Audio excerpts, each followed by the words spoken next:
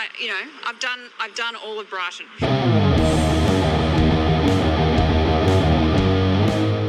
Hello there, you loose units, and welcome back to another episode of Spicy Boy Reviews. I'm, of course, your host, Andrew Iles. Hope you've been looking after yourselves, looking after each other, pulling your heads in and all that jazz. Welcome to another episode, and today we are here to talk about yet another horror film, so strap yourselves in. Today's film is called Spiral. Detective Zeke Banks and his rookie partner lead an investigation of a Saw copycat killer. Only this time, Saw is targeting crooked cops. Detective Zeke is an honest cop who exposed a fellow officer in the past, and it seems this new killer is helping Zeke clean up shop by torturing all the corruption in the police force. As the investigation unfolds, Zeke finds himself spiraling in a very dangerous game of Hooded Piggy and Mousy. And that's a synopsis for Spiral from the Book of Saw. This is a new Saw film, spinning off in its own little direction and stuff. I think this was all made because Chris Rock, I think, put his name behind it because he's a big Saw fan, rumour has it. And here we are. We have Spiral from the Book of Saw. It's directed by Darren Lynn Bousman, who directed Saw 2, Saw 3, and Saw 4, I'm pretty sure. So he knows what he's doing. Obviously, he was hired for his Saw expertise. Now, I've never been a huge Saw fan of the franchise. I really like the first one. I think it's groundbreaking and incredible. A couple of film students from Australia, mind you, put together a film that is, it changed the face of horror in a way, I think. The first Saw film was great. They had a minuscule budget. A lot of thought was put into it and how to make that budget stretch. It's not as gory as the later Saw films, because I think, of course, they had a minuscule budget that they had to work with, and they made it work. And it started a plethora of these kind of copycat films, as well as kickstarting the Saw franchise. So the first one, thumbs up to me. I think it's amazing. And as the films went on, they got a bit more over the top and ridiculous, and just became straight up fucking gore porn. I think I stopped watching them after part 4. I think it's the last one I saw in the cinema, and I was like, I'm good. I've seen enough bodies torn apart and some, gore porn, as it were. It's like, yeah, I don't need to see any more. The story went away, and the psychology of it went away, and just became just straight up horror, which, look, again, I'm a massive fan of horror, but the Saw franchise is not my kind of horror. This is a new reboot, revitalization of the Saw franchise, and it's more of a detective story this time around, which I was on board for. It's easy to see that this film was heavily inspired by the movie Seven, and that's not a criticism. I mean, Joker was great, and that was heavily inspired by Taxi Driver. I'm all for it. I'm all for these heavily inspired movies, and not copying at all, but you can see where the inspiration for it all was. And yeah, this is a cop story, straight up. Chris Rock is our protagonist in this film, and he's pretty good, honestly. He's a great leading man. Rock has a lot of charisma. He could say anything and make it sound interesting. We get a couple of his rants, I suppose you could call him, in this film. Obviously his comedic dialogue that he does on stage and he's well known for. We get a bit of that in this film, and it's welcome because he can make anything sound interesting. Chris Rock is great, and this is very much his film. And also, I don't know how old Chris Rock is. He must be getting a bit long in the tooth by now. He's getting up there in the years. He's been around forever, and my God, the guy doesn't fucking age. I swear to God, he looks amazing. Honestly, black don't crack. And the first half of the film felt very much like a 90s buddy cop film, which again, I was really on board for. I love that style of film. I grew up with it, It was a heavily, I don't know why, but I got sort of feelings of Predator 2 in it, I suppose, because it's based in, everything looks sun-kissed, and it's a buddy cop film in the 90s, or at least it felt like it was in the 90s, and, with Predator 2 had an alien hunting people down, this had a serial killer hunting, people down, or the cops, if you will. And, it did feel like a 90s buddy cop film, and I was pleasantly surprised and on board for. Now, a bit of story. Chris Rock's character, Zeke, the detective, isn't trusted in the Department of Police. Apparently, many years prior, he ratted out a dirty cop and sent him to prison, and of course the rest of the police department don't trust him, and that is the struggle that he's with. He works alone. He's a bit of a loner. No one wants to be around him. They leave pranks on his desk and stuff, like a rat caught in a trap. Ooh, heavy-handed there. And then he gets teamed up with a rookie detective, and that's where the buddy cop feeling comes from. And that's where, yeah, we kick into our story, and it's quite entertaining. And, of course, his father is played by Samuel L. Jackson, who used to be the chief of police back when the whole ratting out of the dirty cop happened, and we get a few flashbacks here and there to see it unfold. And Samuel L. Jackson, mwah, more of that guy in any movie. I fucking love him. The script felt very tight, but sometimes a little too convenient, if you know what I mean.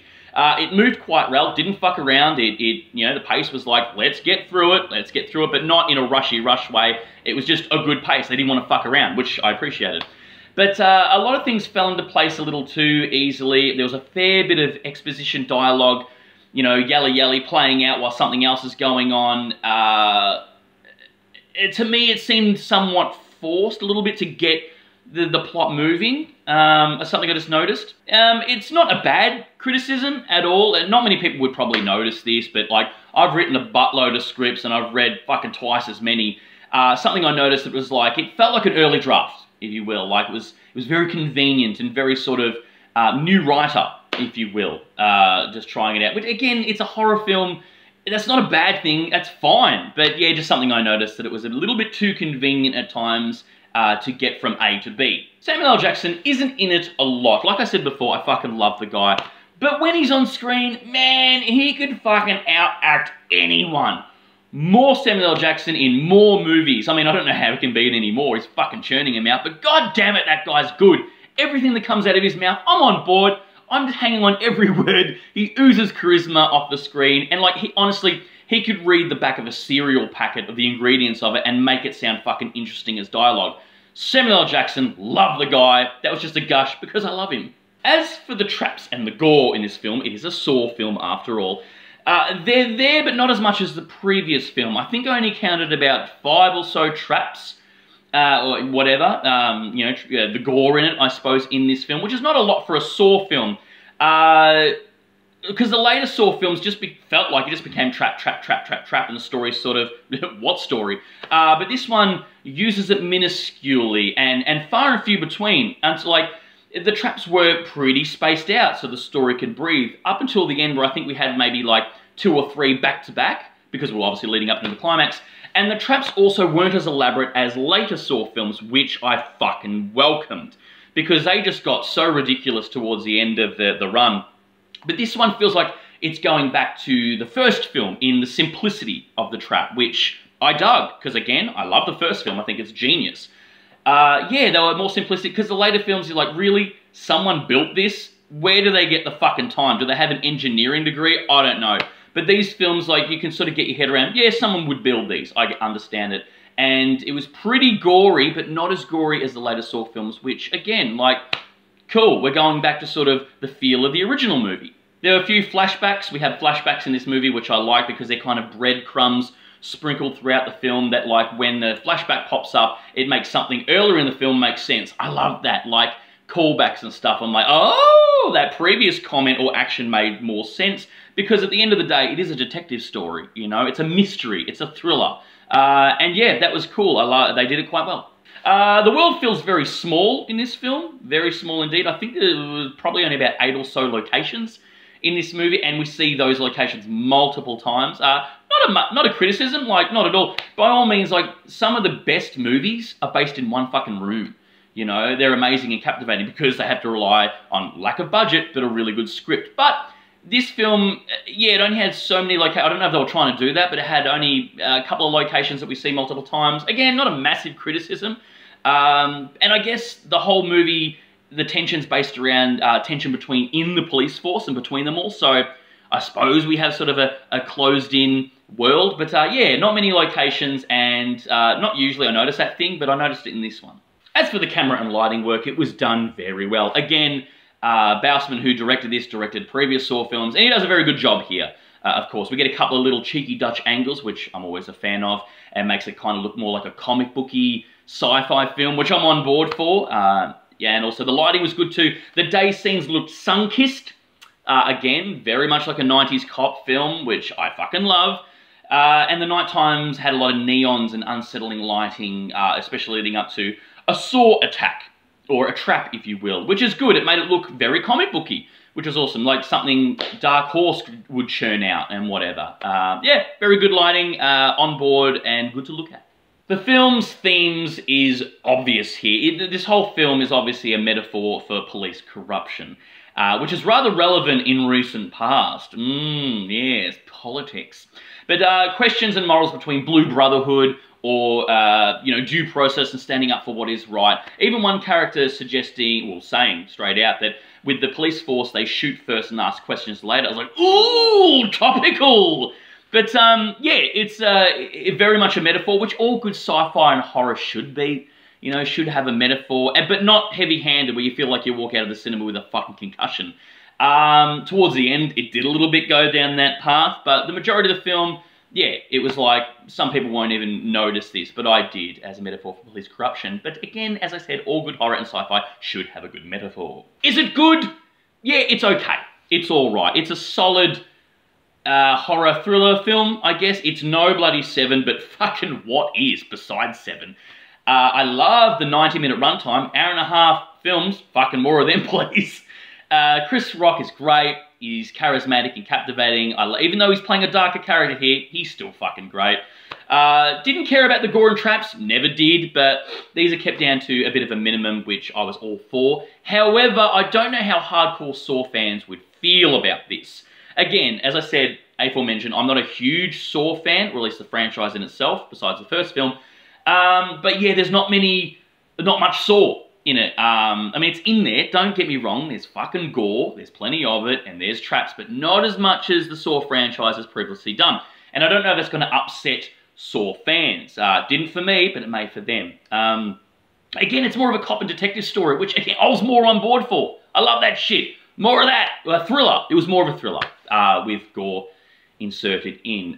Will there be a sequel? Probably. Only if this film makes money, and if anything's to go by the previous Saw films, they fucking make money.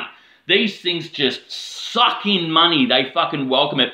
Like, yeah, the Saw franchise has always made money. Hence why there's like fucking, what, 20 of them? Who knows?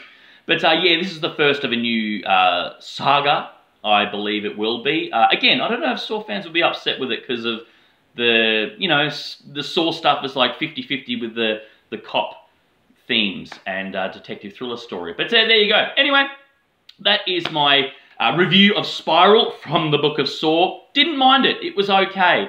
Yeah, solid thriller film. Go see it if you want to. If you're a Saw fan, you're going to fucking see it anyway.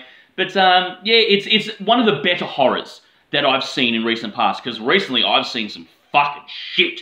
And this is one of the decent ones. This is, again, it's like not my cup of tea of horror, but I appreciate it. I like the story. I like they put a story into it, so well done there. That's it, guys. Write down below if you're a Saw fan, what's your favourite Saw film and why? I'd love to hear it, and of course I'll go back and watch it, because it's been, since they all came out, I haven't seen them, up to 4, I think. But yeah, write down what your favourite one is below, and I'll do a bit of research and I'll watch it, you know, because you've watched my show, I'll watch your favourite Saw film, you know, and then we can have a discussion about it. Anyway, as always, guys, please give this episode a like. Your love and support keeps this channel above water, and I love it, and it makes me feel all warm and fuzzy inside. Give it a subscribe if you haven't already, and welcome to newcomers. And as always, kids, stay spooky.